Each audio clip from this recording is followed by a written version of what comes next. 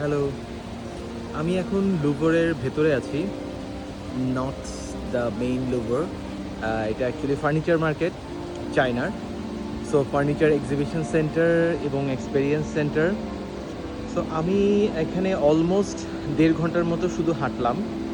এখানে হচ্ছে লাইক 6টার মতো লেভেল আছে। সো 6টা লেভেল আমি সাইজের দিক থেকে চিন্তা করলে লেটস থিঙ্ক লাইক ঢাকার Bashundhara city. So overall Bashundhara সিটিটা যদি কমপ্লিটলি ফার্নিচার মার্কেট হয় with some better lighting, environment, mood এবং কিছু প্রিমিয়াম দোকান অ্যান্ড অনলি ফার্নিচার, তাহলে যে জিনিসটা দাঁড়াবে। সো লুভরটা আসলে এই টাইপের একটা ব্যাপার। সো লুভরে ওরা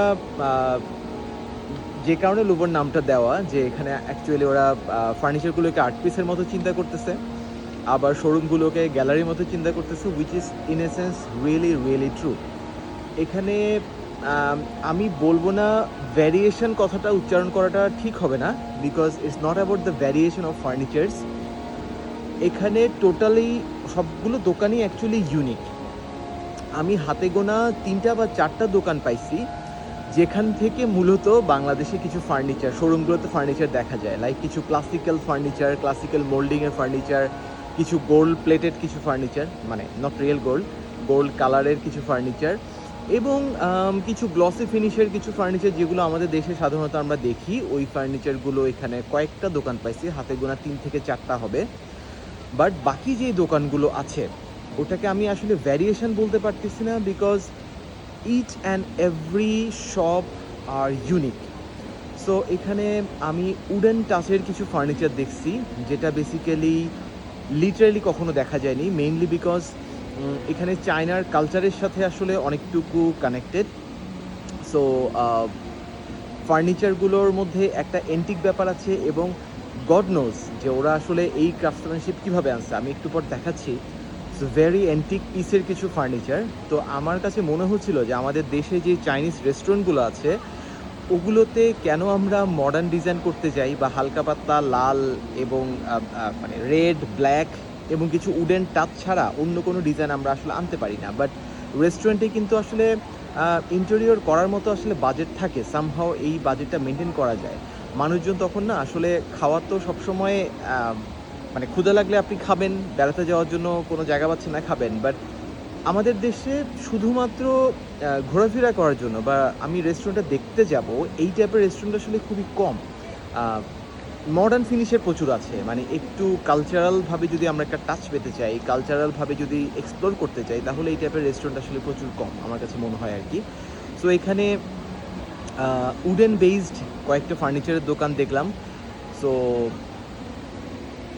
these are like antique Woods টাইপের বলা যেতে পারে। আপনি দূর থেকে দেখলে মনে হতে পারে এন্টিক কোনো মেটাল টাইপের, এত স্ট্রং উডগুলো actually they are speaking their strength. Okay, so then আরও কিছু ফার্নিচার দেখলাম যেগুলোর মিনিমালিজম অন্য লেভেলের, এবং কালার কম্বিনেশন থেকে শুরু করে ফ্যাব্রিকের choice, material, each and everything এত সুন্দরভাবে গোছানো, এগুলো লিটারালি আমাদের দেশে আসলে পাওয়া যায় না।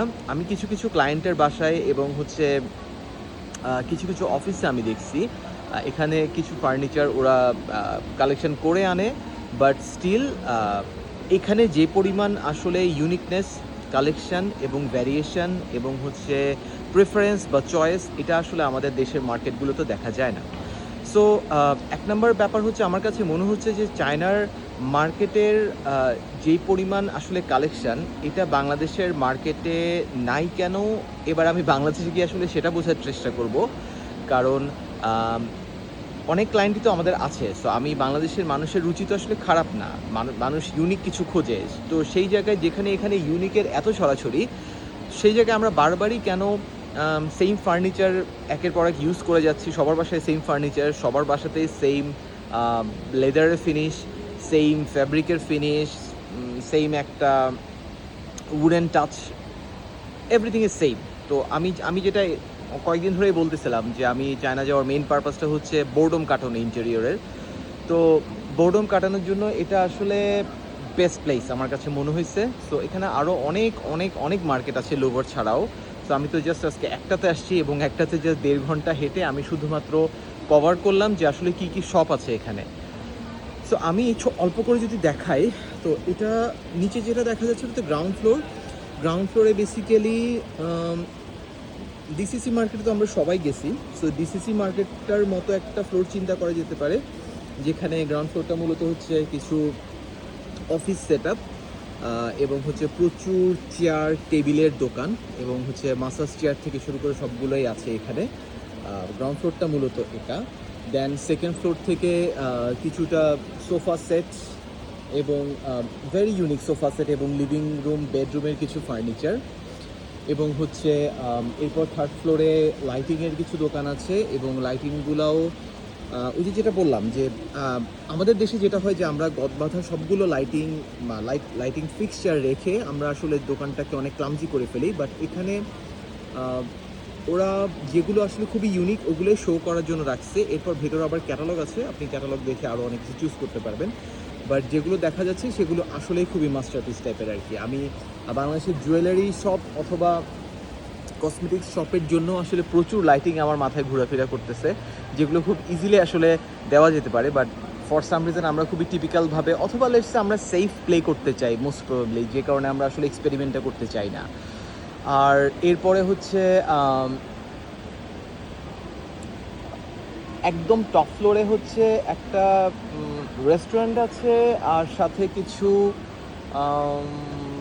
এগেইন কিছু ফার্নিচারের দোকান আছে, খুবই প্রিমিয়াম কিছু ফিনিশের লাইক ফ্যাব্রিক থেকে শুরু করে প্রিমিয়াম কিছু সেট আপের দোকান আছে। ওখানে মানুষজন নেই বললেই চলে। আমি এখন প্রাইস জিজ্ঞেস করিনি, maybe that is too much premium, সে কারণে ওখানে কেউ ভাবে করে যাচ্ছে না, সবাই নিচে ঘোরাফেরা করতেছে। সো এই হচ্ছে ওভারঅল সিচুয়েশন। এখন আমি মোটামুটি 3 দিনের একটা টার্গেট নিচ্ছি এই ওভারঅল সবগুলো এক্সপ্লোর করার, কারণ আমি তো শুধু হাঁটাচলাই করতেছি। আমি কারোর কাছে এখনও কোনো দোকানে যাইনি বা কোনো দোকানে গিয়ে জিজ্ঞেস করি নাই যে প্রাইস কেমন, অথবা বাংলাদেশে আনার ব্যবস্থা কেমন, অথবা হচ্ছে কী কী চ্যালেঞ্জ বা কী আছে সেটা আমি এখনও পর্যন্ত জিজ্ঞেস করি নাই। সো ওটা জিজ্ঞেস করতে অ্যাকচুয়ালি অনেস্টলি কেউ যদি জিজ্ঞেস করে যে এই মার্কেটটা পুরোপুরি আসলে ভিজিট করতে এবং পুরোপুরি সবার সাথে কথা বলে প্র্যাকটিক্যালভাবে ডিসিশন নিতে আসলে কেমন সময় লাগবে, সো আই গেস একটা ফ্লোর ফুললি এক্সপ্লোর করার জন্য, সবার সাথে কথা বলার জন্য আসলে 1 সপ্তাহের মতো সময় লাগবে, পুরোপুরি যদি সব কিছু বুঝতে হয় আর কি। হ্যাঁ, আর সো এখানে 6টা ফ্লোর আছে। সো লেটসে আমরা 2 মাসের মতো যদি একটা টার্গেট করি, ফুল ফার্নিচারগুলো আসলে ফুললি এক্সপ্লোর করা যাবে শুধুমাত্র একটা মার্কেটে। এরপরে এখন যারা ইন্টেরিয়র করে এবং যারা ক্লায়েন্টকে সাপ্লাই দিবে, ক্লায়েন্টের ডিজাইন অনুযায়ী আসলে কাজ করবে, তাদের জন্য কিন্তু আসলে আমি বলবো প্রেফারেবল হচ্ছে মেবি মাসখানেক আসলেই থেকে যাওয়া চায়নার মার্কেটটাতে, এবং থেকে মোটামুটি একটা মুখস্থ করে ফেলা কোথায় কী হচ্ছে সেরকম। আমি একটা ইন্টারেস্টিং দোকানের সামনে দিয়ে ঘুরে যাচ্ছি, just look at the doors.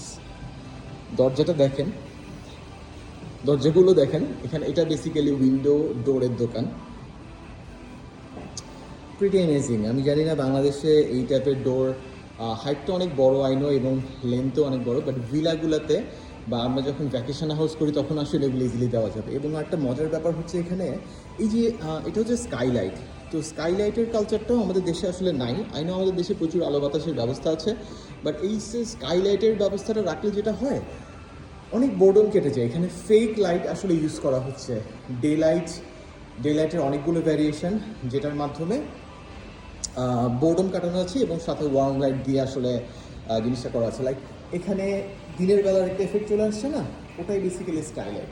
So এটা একটা ইন্টারেস্টিং ম্যাটেরিয়াল যেটা আমাদের দেশে আসতে পারে, এই স্কাইলাইটের কালচারটা আর কি। তাহলে যেটা হবে সব জায়গায় যে ওয়ার্ম টোনে যে বোরিংনেস, সব জায়গায় হোয়াইট টোনের যে বোরিংনেসটা, ওটা কেটে আসলে খুব সুন্দর একটা লুক আসলে আসতে পারে, এবং যেটা আমাদের আসলে স্বাস্থ্যের জন্য খুবই দরকার।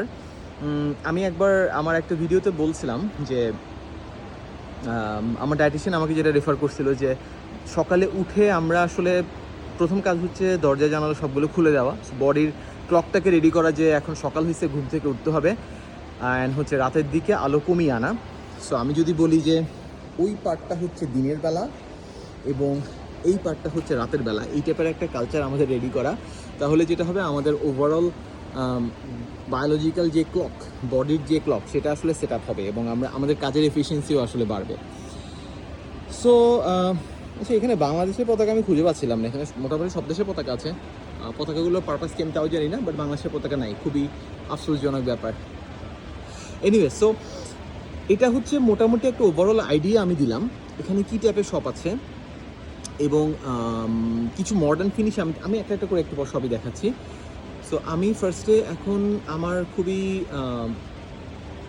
একে তো এক্সাইটমেন্ট কাজ করতেছে, দ্বিতীয়ত হচ্ছে অনেক কিউরিয়াস আমি প্রাইসিং নিয়ে, ওভারঅল কোয়ালিটি নিয়ে, সব কিছু নিয়ে। আমি বিলিভ করবেন না, একটা সিঙ্গেল দোকানও পাই নাই। যে হয় না যে আমাদের দেশের কিছু মার্কেটে আমরা ঘোরাফেরার পরে বলি যে ভালো না কোয়ালিটি, অথবা হচ্ছে ডিজাইন এত ভালো না, অথবা হচ্ছে এর চেয়ে ভালো পাওয়া যায়, অথবা এর বাসায় আরও ভালো দেখছি, what ever it is. But এখানে অনেকগুলো শপে ঘোরাফেরা করার পরেও আমার কাছে মনে হচ্ছে ফিনিশিং অন্য লেভেলের। তো মানে ফিনিশিং নিয়ে আমি কোনোটাতেই কোনো কমপ্লেন করতে পারি নাই, এবং প্রতিটাতেই আমার কাছে মনে হচ্ছে এত জোস ফিনিশিং কীভাবে হয় এখানে। মানে ডিজাইন নিয়ে, ফিনিশিং নিয়ে আসলে কোনো কোয়েশ্চেন বা কোনো কিছু আসলে নাই। কোয়েশ্চেনটা হবে আপনার স্পেসে বা আপনার লাইফস্টাইলের সাথে ওভারঅল প্রোডাক্টটা যাচ্ছে কিনা, এটা হচ্ছে একটা ব্যাপার। লাইক এখানে তো লুভর এই শপিং মল না, লেটস এক্সিবিশন সেন্টার, তো এই এক্সিবিশন সেন্টারটার ডিজাইনটাই আসলে অসম। ওকে, সো এখানে মানে মোটামুটি সবই ওপেনভাবে কিন্তু আসলে দেখা যাচ্ছে। সো এখানে একে তো দোকানের ইন্টেরিয়র ডিজাইনগুলো খুবই অ্যামেজিং, খুব সুন্দর মতো স্পেস ম্যানেজমেন্ট করা হয়েছে, জোনগুলো এত সুন্দর করে আসলে ভাগ করছে। তো এখানে স্বাভাবিকভাবে ফার্নিচারগুলো আসলে দেখতে ভালো লাগবে। তো আপনার বাসায় ফার্নিচারগুলো ভালো লাগবে কিনা সেটা কিন্তু আশেপাশের এনভায়রনমেন্টের উপর ডিপেন্ড করতেছে। ওকে, আপনার আপনার কিচেনের কালচারটা কেমন, আপনার বেডরুমের কালচারটা কেমন, সব জায়গার উপর ডিপেন্ড করে কিন্তু আপনার ফার্নিচারগুলো আসলে বসাতে হবে। সো এটা নিয়ে আমি আরও ডিটেলস আলোচনা করব। সো ফার্স্টে আমি এখন যাচ্ছি, নিচে একটা কফি শপ চোখে পড়ছে। সো ইনফ্যাক্ট সবগুলো চেয়ে আমার কাছে সবসময় কফিটা অলওয়েজ প্রেফারেবল থাকে। মানে কফি কালচারটা এক্সপ্লোর করা আমার অনেক ফেভারিট। সো আমি বেসিক্যালি নিচে কফি খেতে যাচ্ছি এবং মাথাটা ঠান্ডা করতেছি যে এত বড় ফার্নিচার মার্কেট আমি আসলে কি এক্সপ্লোর করব, কেন এক্সপ্লোর করব, এবং হচ্ছে কিভাবে এখান থেকে কিছু ইউনিক প্রোডাক্ট আনা যায়। সো আমি মেইনলি কিন্তু আসছিলাম কিছু ইউনিক প্রোডাক্টের জন্য। So that I found just একটা স্টোরে এসেই, মানে একটা মলে এসেই। বাট আমি চিন্তা করতেছি আরও মাসখানেক থাকলে কেমন হয় এবং সবগুলো এক্সপ্লোর করতে পারলে আসলে জিনিসটা কেমন হয়। ইন্টেরিয়র ডিজাইনের সেক্টরে একটা নতুন প্রফেশন আসলে এরকম আসতেই পারে যে আপনি আসলে ডিজাইনও করতেছেন না, ফার্নিচারও বানাচ্ছেন না, কোনো কিছুই করতেছেন। আপনার একমাত্র কাজ হবে যে আপনি আসলে সোর্সিংয়ে হেল্প করতেছেন। লাইক চায়নার এই জায়গায় এই জিনিসগুলো পাওয়া যায়, এই জিনিসটাতে আপনি হেল্প করতেছেন। This could be a different consultancy based business, আমার কাছে যেটা মনে হয় আর কি। আমাদের দেশের আর্কিটেক্ট, ইন্টেরিয়র ডিজাইনাররা এটা শুরু করতে পারে। চায়নাতে খুব ভালো মতো ট্রাভেল করে ওরা যদি সাজেশন দিতে পারে যে আসলে চায়নার কোথায় যেতে হবে, এটা আসলে প্রিটি মাচ অ্যামেজিং, এবং ফার্নিচার আনা নেওয়াতে যদি হেল্প করতে পারে আর কি। যদিও আমাদের এই ব্যবস্থাটা আছে যে চায়না থেকে ডিরেক্টলি আমরা ফার্নিচার ওভারঅল সেট আপ আমরা আসলে কার্গোতে করে এনে দিতে পারি। তো তারপরও এখানে প্র্যাকটিক্যালি আসার পর আসলে যেই এক্সপিরিয়েন্সটা হচ্ছে, ফিনিশটা হাতে ধরার পর যে এক্সপিরিয়েন্সটা হচ্ছে, সো আমি ডেফিনেটলি বলবো যে ক্লায়েন্টকে সামহাও ম্যানেজ করে ইদার ক্লায়েন্টের খরচে যাওয়ার জন্য অথবা নিজের খরচে ক্লায়েন্টকে নিয়ে যাওয়ার জন্য, যে আপনি একবার আসেন, ফার্নিচারগুলো দেখেন, দেখার পর আসলে ডিসিশন নেন যে আমরা কি দেশ থেকে নিব ফার্নিচার নাকি বাইরে থেকে নিব, অথবা আমাদের দেশের ফার্নিচার কোম্পানিগুলোও আসলে আনতে পারে। আমি জানি না সবাই এত সেফে প্লে করার কিছু আসলে নাই, কারণ মার্কেট স্যাচুরেশন একটা পয়েন্টে পৌঁছায় গেছে।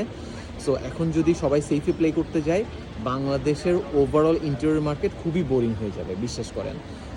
অ্যাটলিস্ট আমাদের কর্পোরেট যেই অফিসগুলো আছে ওরা কিন্তু অ্যাটলিস্ট এখান থেকে খুব সুন্দর ফার্নিচার সেট আপ করতে পারে। সো আমি অ্যাকচুয়ালি আসছিলাম কিচেন সেট আপের কথা মাথায় রেখে, বাট আমার কাছে মনে হচ্ছে কমার্শিয়ালভাবে, মানে কমার্শিয়াল সেট আপের জন্য, অফিস সেট আপের জন্য এখানে আসলে প্রচুর অপশান আছে, যেগুলো আমরা ইউজুয়ালি হচ্ছে মুভিগুলোতে দেখি। খুবই বড় চাইনিজ গ্যাংস্টারের কিছু অফিস থাকে না, যে খুবই হাইফাই এবং একটা ফিয়ার কাজ করে। সো এই টাইপের কিছু কর্পোরেট মুড বলা, জাস্ট চিন্তা করে দেখেন, তারা অ্যাকচুয়ালি ওদের শোরুমটাতেই কর্পোরেট ভাইবসটা এমনভাবে নিয়ে আসছে, দেখে মনে হচ্ছে এটা আসলে মাল্টি-বিলিয়ন ডলারের একটা অফিস রুম, এই টাইপের একটা ভাইব আর কি। এনিওয়েজ, আমি কফি খেয়ে আবার কিছু শর্টস বানাচ্ছি, not coffee shorts, video shorts বানাচ্ছি, যাতে ওভারঅল মার্কেটে আমি এক্সপ্লেন করতে পারি।